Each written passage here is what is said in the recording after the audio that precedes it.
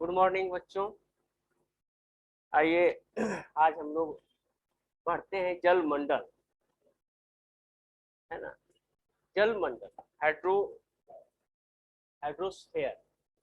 अभी तक हम लोग देख रहे थे, हम लोगों ने पृथ्वी की स्थलाकृति के बारे में पढ़ा, फिर हम लोगों ने वायुमंडलीय संरचना पढ़ा, हम लोगों ने ये पढ़ा कि कैसे मौसम बदलते हैं, कैसे बारिश होती है, तमाम सारी चीज़ों को हम लोगों ने एक एक करके देखा।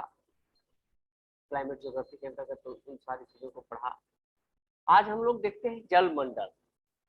जैसा कि हम लोग जानते हैं कि पृथ्वी का लगभग 71% भाग जो है, यानी कि 36,11,50,000 वर्ग किलोमीटर का जो पूरा एरिया है वह महासागरों से आच्छादित है। यानी कि पूरे पृथ्वी का लगभग 71% यानी 71% जो भाग है उस पर जल मंडल। और अगर हम जल की मात्रा की बात करें कि पृथ्वी पर जितने भी जल है उसका कितना प्रतिशत भाग इन महासागरों में मिलता है, तो हम देखेंगे कि 97.5% भाग वह महासागरों में है। खारा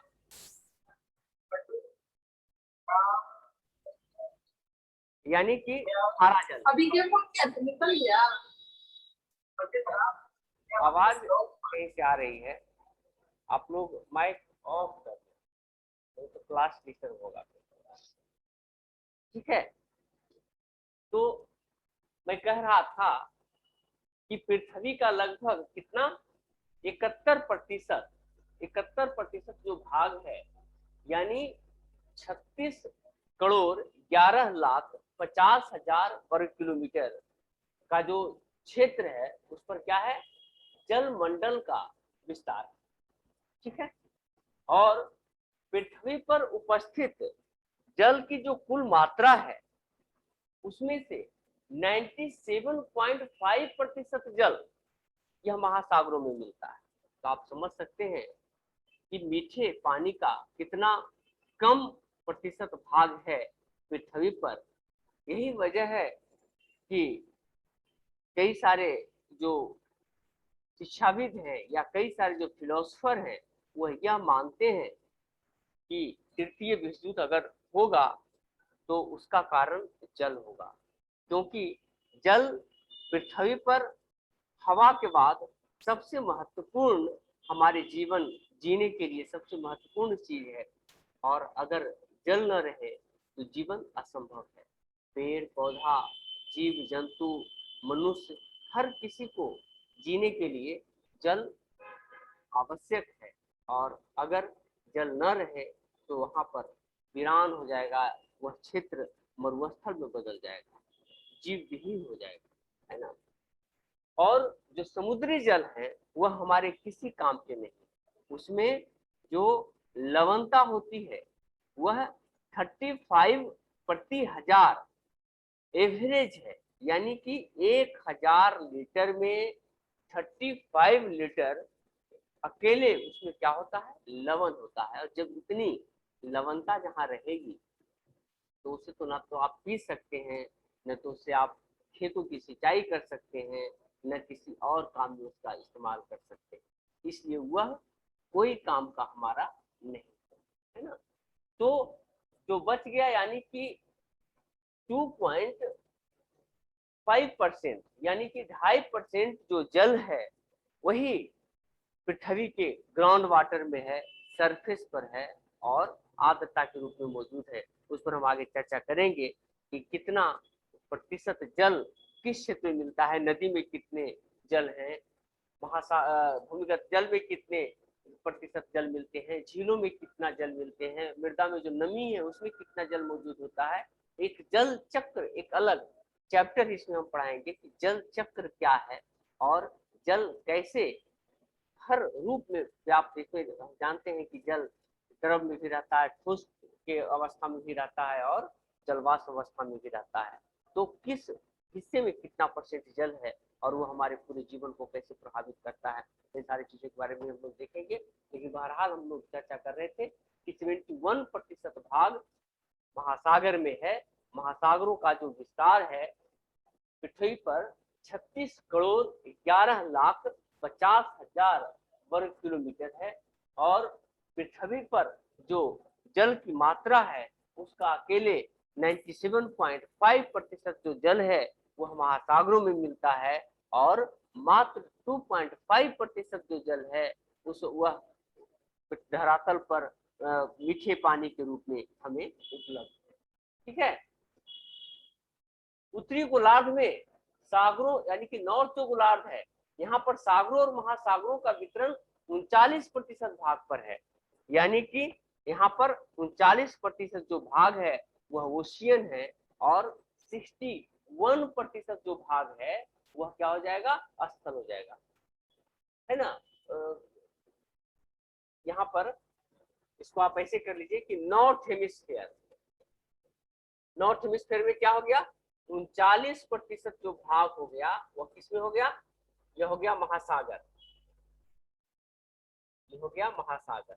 39% भाग महासागर नॉर्थ हेमिस्फीयर में, है ना। और बाकी कितना बच गया, 61%। 61% क्या हो गया, स्थल।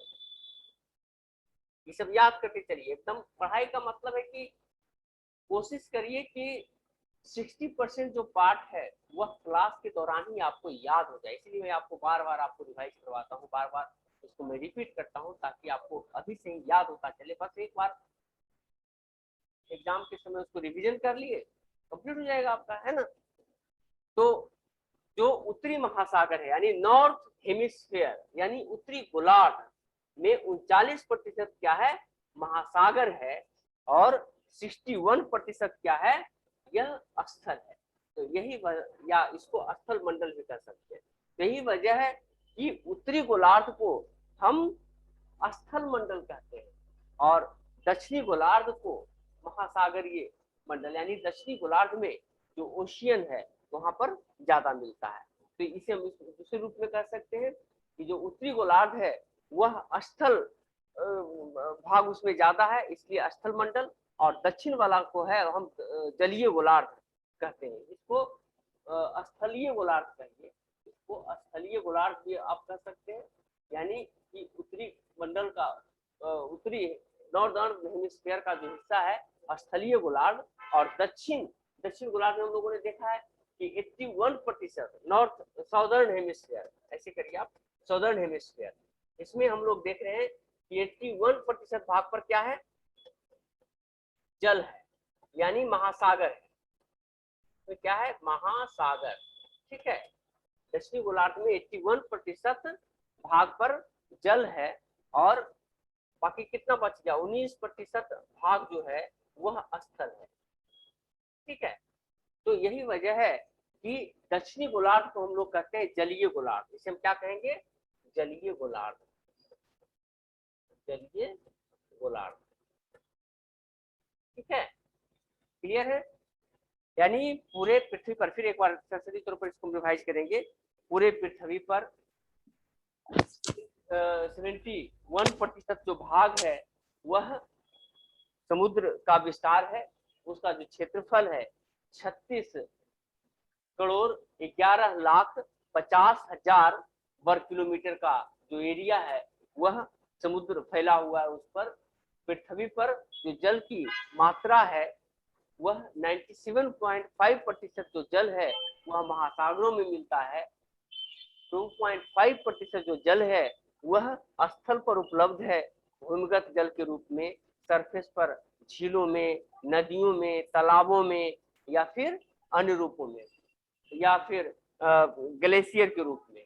और उत्तरी गोलार्ध में जो महासागरों का वितरण है कितना है, 39% है। इसीलिए उत्तरी गोलार्ध को हम कहते हैं स्थल गोलार्ध, क्योंकि यहाँ पर जो महासागर है मात्र 39% है, जबकि स्थल यहाँ पर कितना है, 61% है। इसलिए उत्तरी गोलार्ध को हम स्थल गोलार्ध कहते हैं। दक्षिणी गोलार्ध में जो जल का विस्तार है यानी महासागरों का जो विस्तार है 81% है, इसलिए हम इसे जलीय गोलार्ध कहते हैं, है ना। और यहाँ पर जो स्थल का जो विस्तार है वो कितना है, मात्र 19% है। ठीक है, अब हम ओवरऑल इस पे अगर हम देखें तो आपको दिखाई पड़ेगा कि ये जो एरिया है, जैसे कि पृथ्वी चूंकि गोल है तो एक साथ हम 3 डायमेंशनल में यहाँ पर नहीं दिखा सकते हैं मैप पर, तो इसको आप ऐसे देखें कि ये जो एरिया है ये क्या है, स्थल वाला एरिया है, ये उत्तरी अमेरिका, ये दक्षिणी अमेरिका। इसको पलट दीजिए, दूसरा हिसाब देखिए, इस तरफ यूरोप है, ये एशिया है, ये अफ्रीका है, ये ऑस्ट्रेलिया है और ये अंटार्कटिका। ये 7 महाद्वीप के बारे में आप लोग पढ़े हैं, उत्तर अमेरिका, दक्षिण America, Asia, Europe, Africa, Australia और अंटार्कटिका। ये क्या हो गए, 7 महादेश हो गए। जबकि महासागरों की संख्या कितनी हो गई, प्रशांत महासागर आपको दिख रहा है, फिर आपको हिंद महासागर दिख रहा है, उत्तर में आर्कटिक महासागर है, ठीक है, और एक हिंद महासागर, उसमें हम अगले मैप में आपको दिखाएंगे। तो ये है, यानी पृथ्वी का जो जलीय भाग, समझिए कि पूरा आप ये वाला हिस्सा आप देख रहे हैं, ये क्या है, जल है, और सफेद वाला जो हिस्सा दिख रहा है स्थल है। तो समझिए कि कितना प्रतिशत भाग पर जल है, यानी जो लाल लाल जो मैं डॉट कर रहा हूँ ये सारे के सारे क्या है, ये जल है। स्थल और जल में एक और डिफरेंसेज आपको दिखेगा, जैसे उत्तर अमेरिका और दक्षिण अमेरिका तो जुड़ा हुआ है, लेकिन अफ्रीका और अमेरिका क्या जुड़ा हुआ है, नहीं जुड़ा हुआ है, ये अलग है, ये अलग है।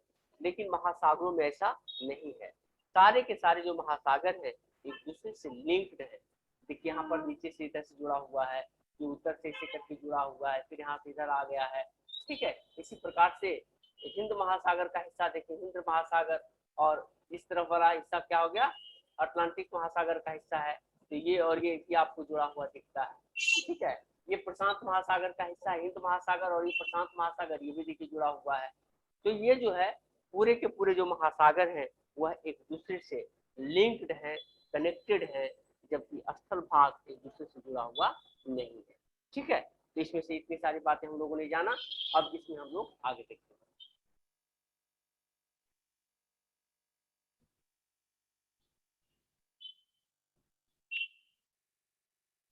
जलीय चक्र, सही तौर पर यहाँ पर हम जलीय चक्र के बारे में चर्चा करेंगे। यहाँ पर हम देख रहे हैं कि तो डिलीट करिए,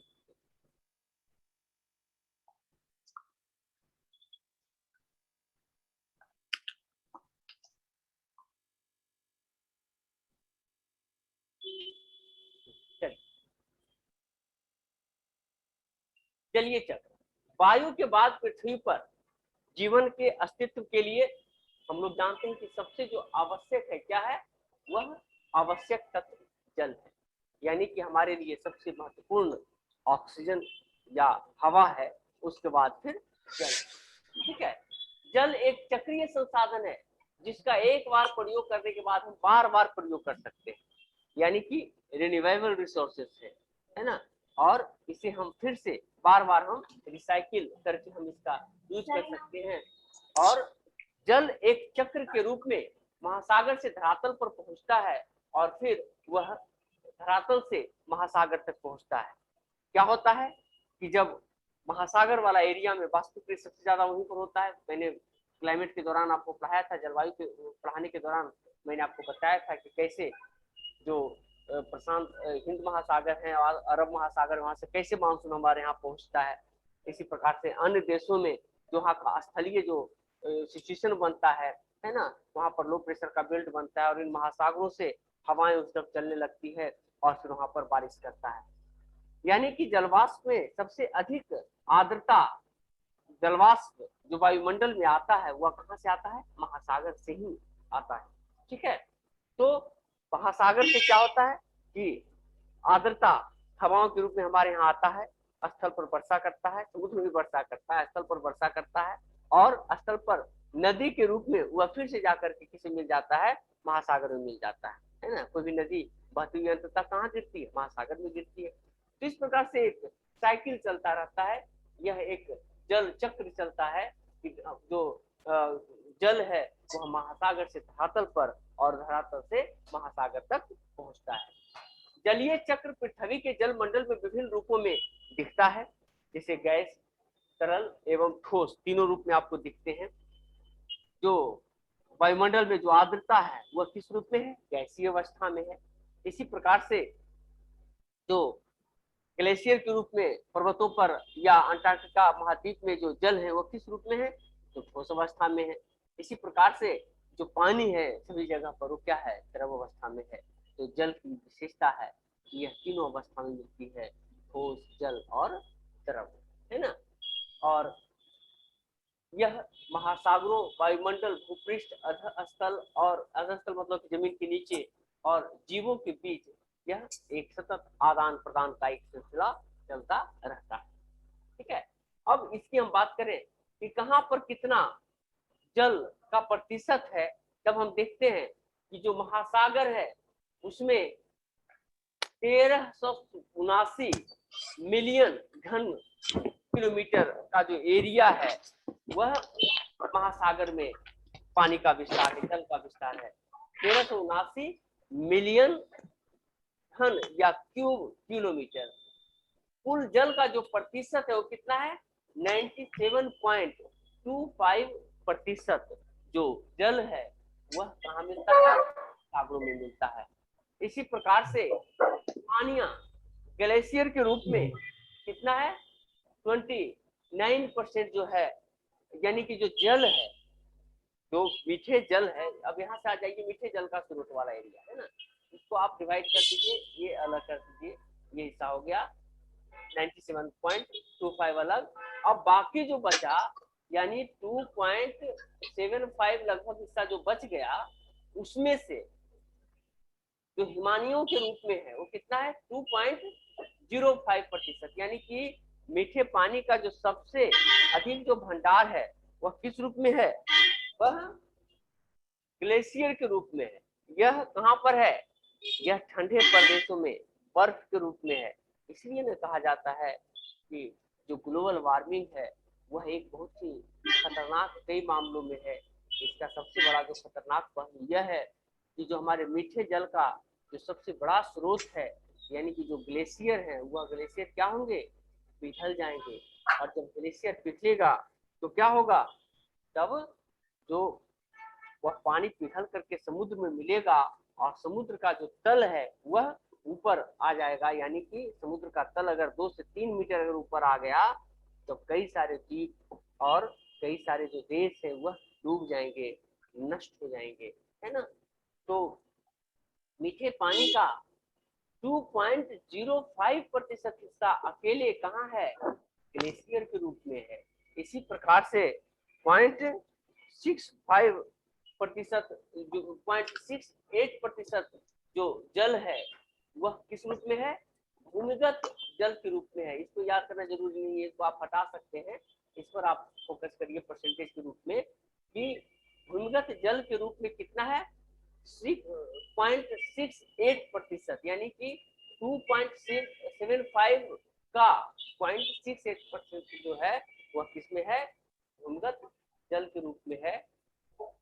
फिर पीने तो 0.1% हो गया। मृदा में नमी 0.005% हो गया। वायुमंडल में कितना हो गया? 0.001% हो गया। कितना हो गया? 0.0001%। जैव मंडल में इतना हो गया। इतना फिर कुल मिला करके 2.75। यहाँ पर लगता है मैं थोड़ा आपको ये गलत कर दिया, इसको फिर से आप समझ लीजिए। 97.25% महासागर में था, बाकी जो बचा उसमें से इतना इतना हिस्सा था। इसका नहीं, बल्कि इसको आप ऐसे करें कि जो 2.75 जो है तो इसमें से 2.05 हो गया, 0.68 हो गया, 0.1 हो गया, 0.005 हो गया, 0.001 हो गया, 0.0001 और फिर 0.00004, इतना सब मिला करके कितना हो जाएगा? 2.75%। ठीक है, क्लियर है। तो इस प्रकार से यह महासागरों और स्थलों पर जो जल का जो विस्तार है वह इस रूप में मिलता है। इतना परसेंटेज है इसका। ठीक है, चलिए आगे देखते हैं इसका। कहा जाता है कि जो जलीय चक्र है वह करोड़ों वर्ष से कार्यरत है और पृथ्वी पर सभी प्रकार का जो जीवन है इसी पर निर्भर, इसे हम लोग जानते हैं। महासागर की जब हम बात करें तो संपूर्ण पृथ्वी पर 4 महासागर हैं। कई जगह पर आपको 5 महासागर भी मिलता है, मतलब 5 महासागर भी कई सारी किताबों में दिया गया है।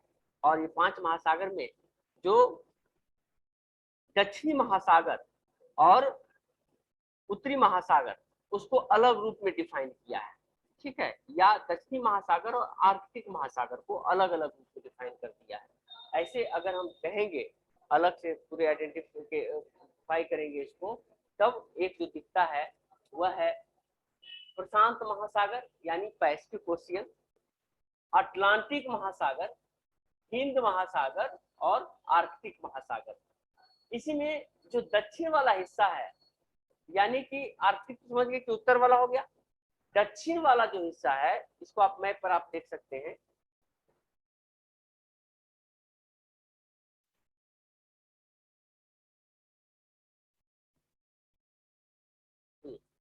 ये जो एरिया है दक्षिण वाला जो ये सब है ना, दक्षिण में सारे के सारे जो महासागर एक साथ मिल गए हैं, तो इसको मिला करके कई सारे जो ज्योग्राफर हैं इसे दक्षिणी महासागर का इसे नाम देते हैं, ठीक है।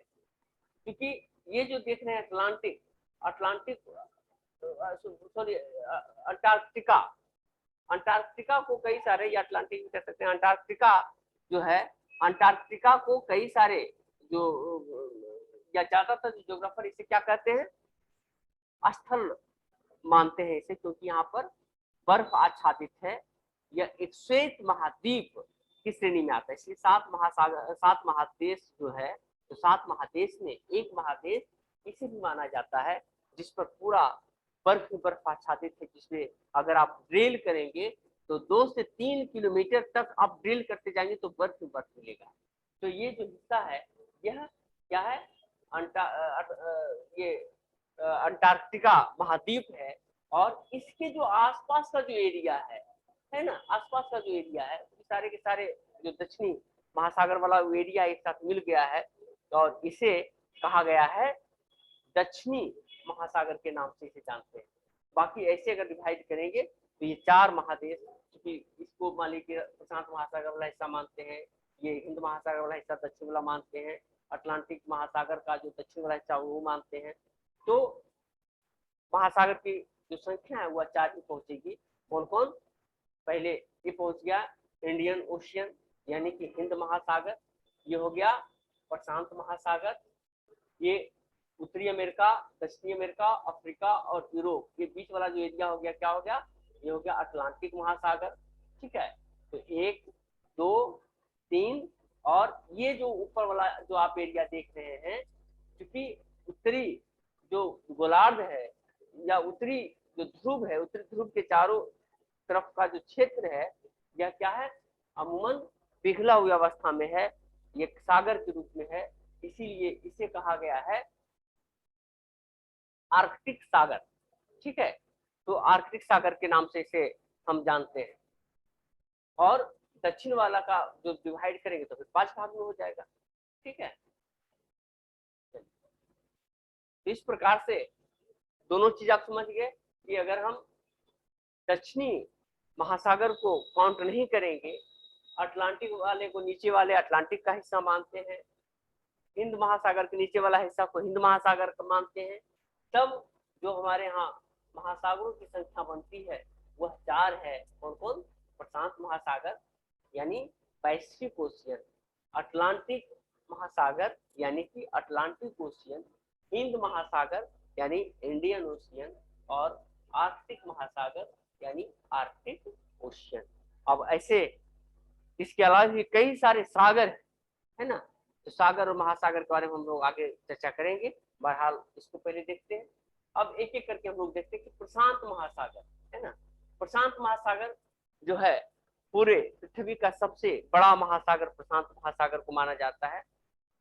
इसका कुल क्षेत्रफल कितना है, 16,57,23,740 वर्ग किलोमीटर है।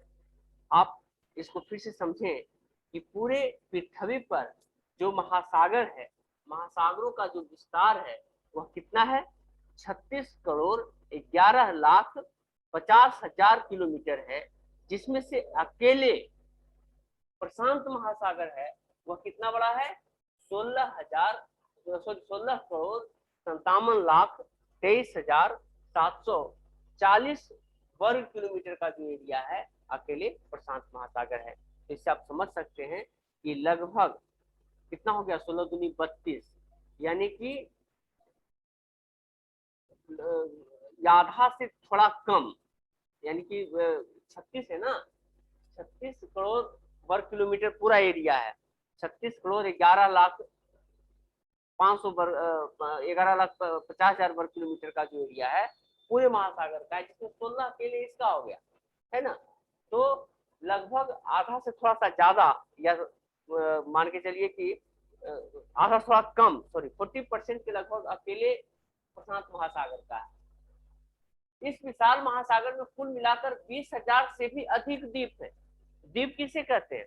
ऐसे स्थल जिसके चारों ओर क्या होता है? जल से वह घिरा हुआ होता है, उसे हम कहते हैं द्वीप। और जो तीन ओर से घिरा हुआ रहता है उसे क्या कहते हैं? उसे कहते हैं प्रायद्वीप। जो तीन ओर से जल से घिरा हो और एक ओर वह स्थल से घिरा हो, उसे हम कहते हैं प्रायद्वीप। और चारों ओर अगर जल से घिरा हुआ है तो उसे हम कहते हैं द्वीप। ठीक है। जैसे अंडमान क्या है? अंडमान निकोबार ये सारे के सारे द्वीप हैं। लक्षद्वीप क्या है? द्वीप है। जबकि भारत का जो दक्षिणी हिस्सा है, तमिलनाडु, केरल, महाराष्ट्र, ये सब वाला जो एरिया क्या है, अब देखते हैं भारत कैसे है। ऐसे ऐसे दक्षिणी हिस्सा इस प्रकार से, यानी इधर भी महासागर है, इधर भी महासागर है, इधर भी महासागर, और ऊपर का जो एरिया है वो किससे मिला हुआ है? वह मिला हुआ है स्थल से। इसलिए ये जो हो गया ये कहलाता है प्रायद्वीप। चलिए, ठीक है, यहाँ तक समझ गए। अब आइए, यानी इसमें से कुल मिलाकर के कितना जो प्रशांत महासागर है इसकी विशेषता, यह अकेले 36 करोड़ वर्ग किलोमीटर के एरिया में, लगभग 36 करोड़ 11 लाख था ना, 36 करोड़ 11 लाख कुल एरिया में से अकेले 16,57,23,740 वर्ग किलोमीटर अकेले प्रशांत महासागर का था। और 20,000 से भी अधिक इस पर द्वीप मिलते हैं। के अलावा इसमें कई सारी प्रवाल भीतियां। प्रवाल भीतियां किसे कहते हैं? प्रवाल भीतियां एक कोरल्स होते हैं, जीव होते हैं, है ना, कोरल्स। ये जीव या प्रजातियों का समूह है। यह मोलस्क प्रजाति के होते हैं। मोलस्क कैसे कहते हैं? जिसके चारों ओर एक आवरण होता है कैल्शियम का, एक मोटा आवरण होता है। जैसे आप शंख वगैरह देख रहे होंगे, शंख, घोंघा, सितुआ आपको लोकल में मिल जाएगा, घोंघा सितुआ, उस पर क्या रहता है? बाहर में एक कवच रहता है, वो उसी का एक छोटा सा भाग कह सकते हैं। बड़ा वाला हिस्सा जैसे कि शंख वाला जो हिस्सा है उस प्रकार से और बड़े बड़े कई सारे जीव जंतु रहते हैं। तो उसके बाहर में एक बड़ा सा आवरण रहता है, बड़ा कठोर आवरण रहता है, और अंदर में उसके जीव रहते हैं, उसका उसी का वो पार्ट होता है। जब जीव मर जाते हैं तब क्या होता है? उसका जो बाहरी कवच है वो वहीं पर रह जाता है। तो जहां पर बहुत अधिक मात्रा में कोरल मिलते हैं तो क्या होता है? वह जो बाहरी आवरण है उसका, वह जमा होता चला जाता है, और एक समय आता है जब वह स्थल के रूप में बनकर के ऊपर उभर आता है, यानी कि जो समुद्री लेवल है उससे भी ऊपर आ जाता है।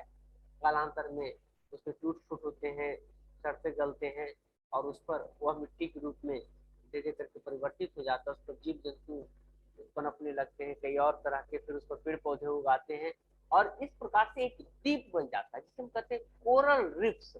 जैसे ऑस्ट्रेलिया महाद्वीप के ऊपर ग्रेट बैरियर रीफ, ऑस्ट्रेलिया महाद्वीप के जस्ट उत्तर में एक ग्रेट बैरियर रीफ मिलता है, जो पूरे दुनिया का सबसे बड़ा वह रिफ है ना। इसी प्रकार से लक्षद्वीप जो हमारा है, तो लक्षद्वीप सारे के सारे क्या है, कोरल रीफ्स के उदाहरण है। ठीक है, तो प्रशांत महासागर में ऐसे बहुत सारे कोरल रीफ मिलते हैं, यानी कि बहुत सारा जो है कोरल द्वीप मिलता है ना, प्रवाल भीतियां मिलती है, इसे हिंदी में कहते हैं कोरल रीफ को प्रवाल भीतियां। इसी प्रकार से प्रशांत महासागर में गुआम द्वीप के समीप स्थित मेरियाना गर्त सबसे गहरा गर्त है। मेरियाना गर्त हम आगे हम आपको बताएंगे, या फिर उसको भी आप देख सकते हैं में, है ना। जैसे जो महासागर है, तो महासागर के अंदर एक संरचना ऐसा नहीं है कि सारे सारे एक प्लेन रहता है, अंदर में भी उतार चढ़ाव रहते हैं, कहीं पर बहुत कम गहरा रहता है, कहीं पर बहुत ज्यादा गहरा रहता है ना। उसमें जो नीचे का हिस्सा है उसे हम पढ़ते हैं ओशियन रिलीफ के अंतर्गत पढ़ते हैं। जैसे इसमें आप देखिएगा कि जहाँ से अब इसके पहले तट था, तट से जब स्टार्ट होता है तो बहुत पहले स्लोप रहता, जो ढाल रहता बहुत कम रहता है, यहाँ पर गहराई काफी कम रहती है, जिसे महाद्वीपीय मग्न तट के नाम से जाना जाता है ना। उसे हम कॉन्टिनेंटल शेल्फ के नाम से जानते हैं। फिर यहाँ से क्या होता है कि एक जगह आकर के यहाँ पर से गहराई का एक बढ़ने लगती है, तो ये जो एरिया है वह महाद्वीपीय ढाल के नाम से जाना जाता है ना। फिर आप आगे बढ़ते हैं तो आप देखते हैं कि ये जो है एकाएक जो ढाल था, ढाल जब समाप्त होता है तो काफी दूर तक एक प्लेन मिलता है ना, और वह लगता है कि मैदान की तरह दिखता है, तो इसे कहा जाता है महासागरीय मैदान। कई जगहों पर यह जो है ऊपर की ओर उभर आता है और ऊपर उभरा हुआ क्षेत्र मिलता है, जिसे गायोट के नाम से जानते हैं। ठीक है, इसी प्रकार से कई जगहों पर क्या होता है कि पृथ्वी जो समुद्र के अंदर भी ज्वालामुखी सब घटनाएं घटती रहती है, तो ज्वालामुखी का जो शंकु है जैसे धरातल पर दिखता है, स्थल पर दिखता है, उसी प्रकार का ज्वालामुखी जो शंकु है वह इसमें भी दिखता है, समुद्र में भी दिखता है, और वह जब ऊपर की ओर उभर आता है तो उसे हम द्वीप के रूप में जानते हैं, जिसे हम ज्वालामुखी द्वीप कहते हैं। इसी प्रकार से कोई एरिया जो बहुत ज्यादा गड्ढा होता है ना, यही कहलाता है ट्रेंच, है ना। इसे क्या कहते हैं, ट्रेंच कहते हैं, TRENCH, ट्रेंच, या हिंदी में कहते हैं गर्त। ठीक है, समझ गए। तो यही जो गर्त है प्रशांत महासागर का सबसे ज्यादा जो गहरा गर्त है अभी तक जो मिला है, वह प्रशांत महासागर में स्थित मेरियाना गर्त है।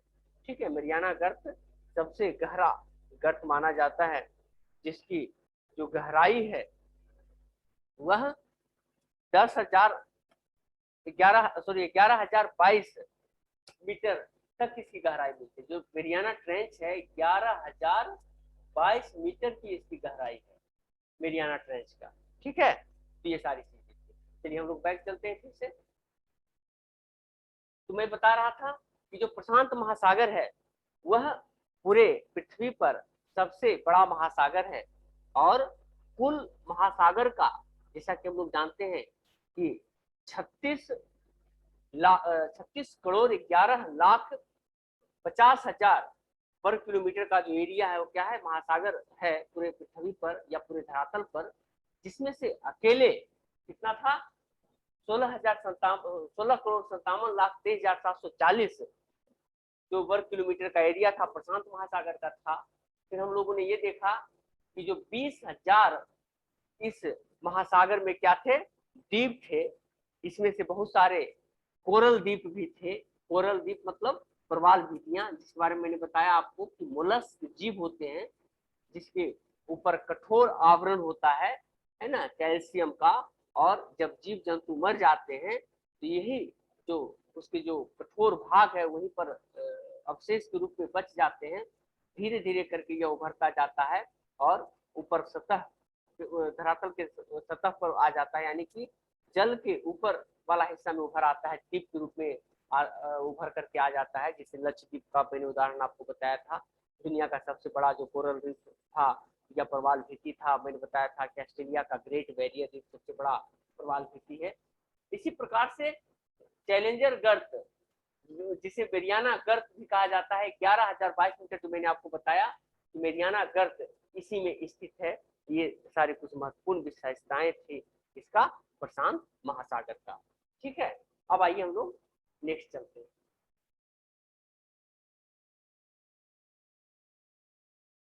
दूसरा है अटलांटिक महासागर। ठीक है, अटलांटिक महासागर की क्या विशेषता है? अटलांटिक महासागर जो है, इसको डिलीट कर लेते हैं। अटलांटिक महासागर की विशेषता है इसका जो शेप है एस आकार का है, यानी उसको अगर आप देखेंगे तो वह ऐसा दिखाई पड़ता है। ठीक है, अटलांटिक महासागर की विशेषता है। इसको आप इस पर भी देख सकते हैं, ये वाला हिस्सा पर भी आप देख सकते हैं, ये वाला हिस्सा देखिए, ये जो है यही अटलांटिक महासागर है। यानी एक तरफ ये हो गया एशिया, उत्तरी अमेरिका वाला हिस्सा, ये दक्षिण अमेरिका वाला हिस्सा, और ये हो गया एशिया, और ये हो गया अफ्रीका। तो यहाँ पर इसका आकार देखिए किस प्रकार का है, ये इस प्रकार से करके दिख रहा है ना, इस प्रकार से दिख रहा है। यानी कि ये जो आकार है ये कैसा आकार है, ये एस आकार है। तो ये अक्सर सवाल करता है कि किस महासागर का जो आकार है एस आकार है, तो अटलांटिक महासागर का जो आकार है कैसा है, एस आकार में है। ठीक है, अटलांटिक महासागर की और एक दो महत्वपूर्ण विशेषताएं हैं, वह भी मैं आपको बताना चाहूंगा। अटलांटिक महासागर जो है इस पर यहाँ से लेकर के, यानी कि उत्तर में आइसलैंड से लेकर के, ये देखिए आइसलैंड है, यहाँ से लेकर के यहाँ तक, ये जो आपको हल्का जो व्हाइट व्हाइट जैसा हिस्सा जो दिख रहा है, ये सब का मतलब है क्या है, आप इसको देखेंगे, मैप को देखकर समझिए इसको, कि इसमें आपको दिखेगा कि कहीं पर बहुत ज्यादा डीप ब्लू है, कहीं पर ब्लू कम है, इसका जो कलर है हल्का फीका है। इसका मतलब क्या है, इसका मतलब ये है कि जहां जितना ज्यादा ब्लू है वहां पर उसकी गहराई उतना ही अधिक है। जैसे आप देखेंगे ये सब काफी कम ब्लू है, इसका मतलब क्या, ये बिल्कुल वाइट सा दिख रहा है, इसका मतलब है यह ऊपर की ओर उभरा हुआ है, इसकी जो गहराई है काफी कम है। तो अटलांटिक महासागर की विशेषता ये है कि यहाँ से यहाँ तक देखिए, ऐसे करके आप देखेंगे तो ये जो है एक द्वीप जैसा यहाँ पर उभर करके आया, दरअसल ये द्वीप नहीं है, यह क्या है, यह मध्य कटक है। यहाँ पर मैं स्थल मंडल में आपको बताया था कि प्लेट टेक्टोनिक्स की वजह से यहाँ पर जो स्थलीय क्षेत्र हैं या जो प्लेट्स हैं, ये दो भागों में यहाँ पर एक दूसरे से दूर जा रहा है। उत्तरी अमेरिकी प्लेट इस तरफ जा रही है, दक्षिणी अमेरिकी प्लेट इस तरफ जा रही है, यूरेशियन प्लेट इस तरफ जा रहा है, और अफ्रीकन प्लेट इस तरफ जा रहा है। और नतीजा ये है कि दो प्लेटें जब एक दूसरे के विपरीत दिशा में जाएगी तो बीच वाला एरिया में क्या होगा, नीचे का जो मैग्मा है वह ऊपर उभर करके आएगा, और यहाँ पर जो बनता है ये कटक कहलाता है, मिडल रिज, यानी मध्य कटक। तो अटलांटिक महासागर की एक महत्वपूर्ण विशेषता है कि उत्तर में आइसलैंड से लेकर दक्षिण में बोविट द्वीप तक एक मध्य कटक का निर्माण हुआ है। ठीक है, तो इसमें से दो तीन बात हम लोगों ने समझा अभी तक कि अटलांटिक महासागर जो है इसका आकार कैसा है, एस आकार है। इसमें उत्तर में आइसलैंड से लेकर के दक्षिण में यहाँ तक क्या मिलता है, मिडिल रिज मिलता है, यानी कि मध्य कटक मिलता है। ठीक है, इसी प्रकार से जो इसकी जो लंबाई है ना, कुल 14,000 किलोमीटर लंबा, यानी कि जो मिडिल रिज है इसका लंबाई कितना है, यानी ऊपर में आइसलैंड से लेकर दक्षिण मिडिल रिज तक यह 14,000 किलोमीटर लंबा है। 14,000 किलोमीटर, समझिए कि अगर यह धरातल पर होता, एक पर्वत एक प्रकार का है ना, तो कितना लंबा पर्वत होता, दुनिया में इससे लंबा कोई पर्वत अभी तक नहीं है ना। 14,000 किलोमीटर लंबी पर्वत होती, और इसकी जो एवरेज ऊंचाई है वह 4,000 मीटर इसकी एवरेज ऊंचाई है, इसकी मध्य कटक का, जो अटलांटिक महासागर के बीच वाला एरिया में है, मिडिल रिज। ठीक है, और इसकी एक और क्या है, यह जो महासागर है 55 डिग्री उत्तरी अक्षांश के पास अधिक चौड़ा है, यानी कि 55 डिग्री अक्षांश, आप ये वाला देखेंगे तो 55 डिग्री जो अक्षांश वाला एरिया है वहां पर इसका जो विस्तार है वह सबसे ज्यादा है। ठीक है, 55 डिग्री, सॉरी इसको इधर नहीं, ये वाला एरिया देखिए, 55 डिग्री उत्तरी अक्षांश, ये वाला एरिया लगभग आप मानेंगे, देखेंगे इसको मैप में, ये वाला एरिया आता है 55 डिग्री उत्तरी अक्षांश, यानी कि यहाँ पर जो इसका जो विस्तार है सबसे अधिक है। और वहां पर ये जो मिडिल रिज है उसे टेलीग्राफिक पठार के नाम से भी जाना जाता है। ठीक है, तो इस प्रकार से अटलांटिक महासागर की कुछ महत्वपूर्ण विशेषताएं थी। इसमें एक चीज और आपको जानना चाहिए कि भूमध्य रेखा